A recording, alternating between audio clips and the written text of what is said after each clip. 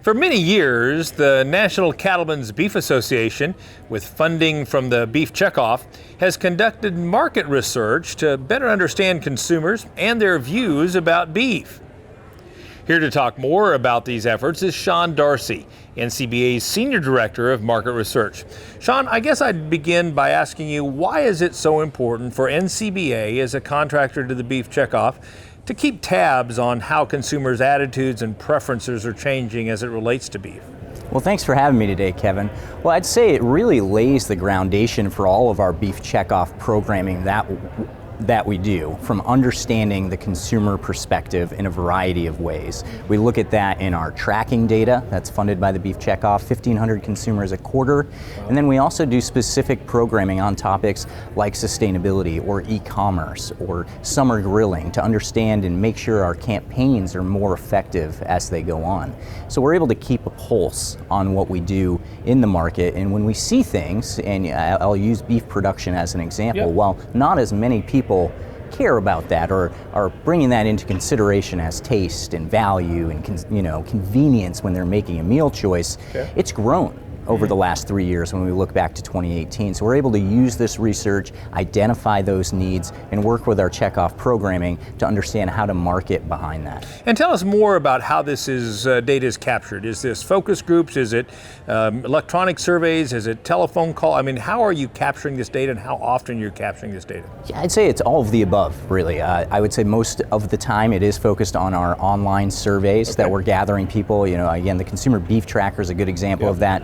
500 consumers a month, 1,500 a quarter. It's continuous in nature, so we're always getting consumers, and it's everyone. It's not just one demographic. It's not just one area of the country. We balance that to census to make sure we get a representative sample and understanding of what consumers are looking for. But we also utilize techniques like focus groups, one-on-one interviews, things along those lines to get the depth behind specific topics or campaigns that we might have.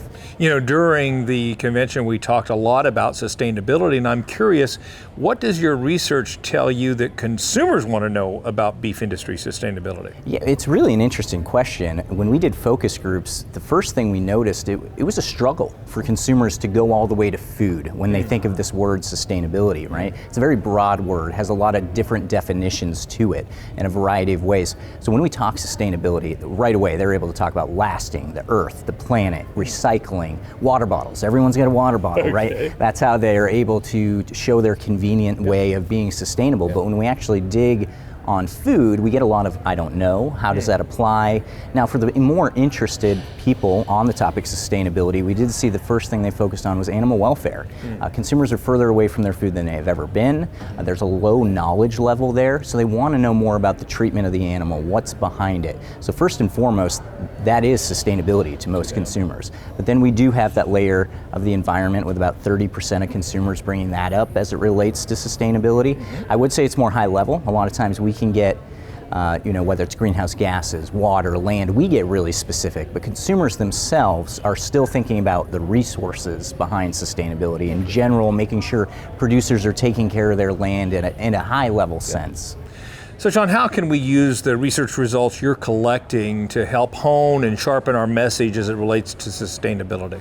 That's a great question. We've done a breadth of research, focus groups, quantitative assessments, and we're working with our programming areas, our marketing team, our reputation management team, to get those messages out there. But first and foremost, animal welfare is that biggest thing we need to reinforce consumers, because that lack of awareness and understanding of the beef industry.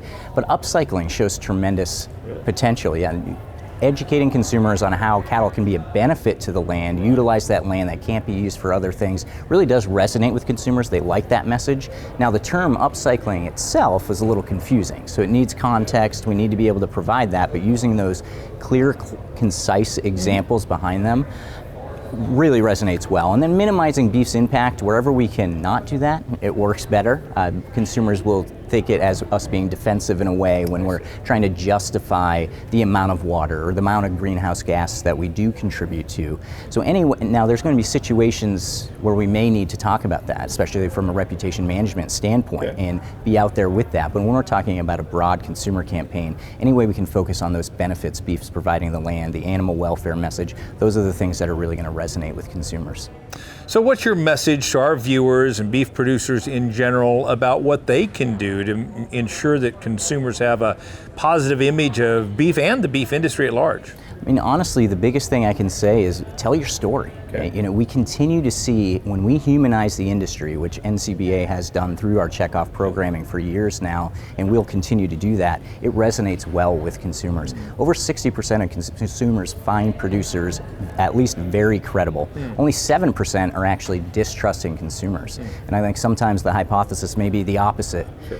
But people want to hear from people close to the food, the people that are raising the animals. So that would be my message, is make sure you're telling your story, how you're impacting the animal, the land, and those things around you. Well, thank you for continuing to inform our decisions as we position and market beef for the future. We appreciate it. Thank you, Kevin.